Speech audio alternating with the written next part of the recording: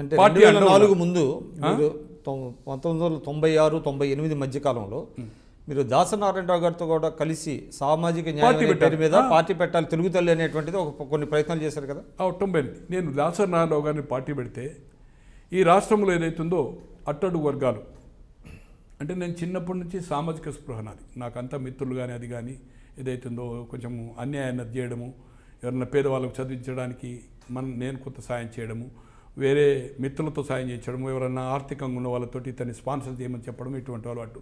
కొన్ని స్కూల్స్కి ఒకరిని కట్టి అడగడము, ఒకరిని గూన అంటే బెంగళూరు టైల్స్ అడగడము, ఈ విధంగా ఒకరిని కూలి పని కోసం డబ్బులు అడగడం, ఇటువంటి సోషల్ వర్క్ చేసే అలవాటు నాకు స్టూడెంట్ లైఫ్ నుంచి. సో దాంట్లో ఏదైతుందో దాసనారాయణరావు గారు పార్టీ పెడతా అనే దాంట్లో జరుగుతుంది. ఆ సందర్భంలో నేను హండ్రెడ్స్ ఆఫ్ సిట్టింగ్ చేశాను. ఈ షూటింగ్లలో కూడా పోయి మాట్లాడే వాళ్ళ కాపు నాయకులందరితో కూడా పార్టీ అనుకోకుండా నేను చేశాడు. అంటే ఈ రాష్ట్రంలో పార్టీ ఒక రెడ్డి కమ్మనేనా అనే దాంట్లో ఆ యాంగిల్లో మాట్లాడేవాడు అతను. సామాజిక న్యాయం అన్ని వర్గాలకు, దాంట్లో ఏ వర్గము వయసులకు దొరకాల, దాంట్లో ఒక మాదిగ మాల ఇప్పుడు మందకృష్ణ అయితే కూడా దాంట్లో ఏదైతుందో ముస్లింలకు సరి అయిన వాటా దొరకడం లేదు. ఇప్పుడు జిల్లాలో వెనకట ముస్లింలకు టికెట్ ఇచ్చేవాళ్ళు లేదు. ఇప్పుడు ఇబ్రాహిం అలీ సరే మహబూబ్ నగర్కి వెళ్ళి ఎన్నికయ్యాడు. ఇప్పుడు మహబూబ్ నగర్ ముస్లిం మాటే రావడం లేదు. తో ఒక ఓన్లీ సిటీకే పరిమితం అవుతుంది. తో ఇటువంటి అతను ఆ ఉద్దేశంతో ఉన్నాడు కనుక పార్టీ పెడుతూ అతనికి మనం అండగా ఉండి, కాంగ్రెస్లో ఈ రాజకీయాలు గ్రూపులు ఈ చెంచా కొట్టడం మనతో కాదు కనుక అతనితో వస్తే మనం కూడా ఆ సామాజిక వర్గానికి అంటే ఈ బలైన వర్గాలకు నేను ఒక దీనికి అండగా ఉంటాను ఏదైతుందో మొదటి నుంచి ఉండంటే మళ్ళీ నేను పెద్దపల్లికి వెళ్ళి పోటీ చేయాలనే ఉద్దేశంతో దాసనారాయణరావు గారు పార్టీ అనౌన్స్ చేశారు, బ్యాక్ అయిపోయారు. ఎవరు కానీ మీటింగ్ మీకు తెలుసు కారణం ఏంటి? ఎవరు కానీ మీటింగ్ పెట్టలేదు.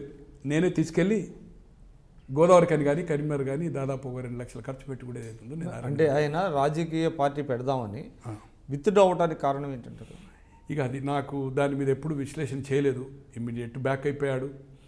ఈ ఆర్థికంగా కానీ ఇది కానీ ఈ 2 వర్గాలను తట్టుకోవడం నీకు ఇబ్బంది అవుతుంది ఒక అనే ఆలోచన వచ్చిందా? అతనికి అనుకున్న రెస్పాన్స్ కూడా ఎవరైతే ఆయన చుట్టూ ఉన్న కాపు నాయకులు అంత పొటెన్షియల్ వాళ్ళు రాకపోవడము, వాళ్ళు ఏదో కాపు ఓటు వస్తుందంటే రాదని ఆయన విశ్లేషణ చేసుకున్నాడా? అతనికి ఉండే జర్నలిజం మిత్రులతోటి కానీ కొందరితో మాట్లాడి కానీ ఉదయంలో పనిచేసిన వాళ్ళతో మాట్లాడి కానీ నెట్వర్క్ ఉండే కదా, ఏమన్నా సర్వేలు చేయించుకున్నాడా? ఒపీనియన్ తీసుకుంటే పార్టీ అంత అది కాకుండా ఫైనాన్షియల్లీ కూడా అతను సౌండ్ కాదు కదా. ఈ 2 వర్గాలతో కొట్లాడాలంటే కూడా ఆర్థికంగా కూడా బాగా పార్టీ నడపాలంటే ఒక పేపర్కే ఎంత ఇబ్బంది అయింది అనేది ఆయనకు మీకు మాకు అందరికీ తెలుసు. So it is not two easy అనేది అతను బ్యాక్ అయింది. తర్వాత కాంగ్రెస్ పార్టీలో వచ్చాడు అనుకోండి, అది జరిగింది.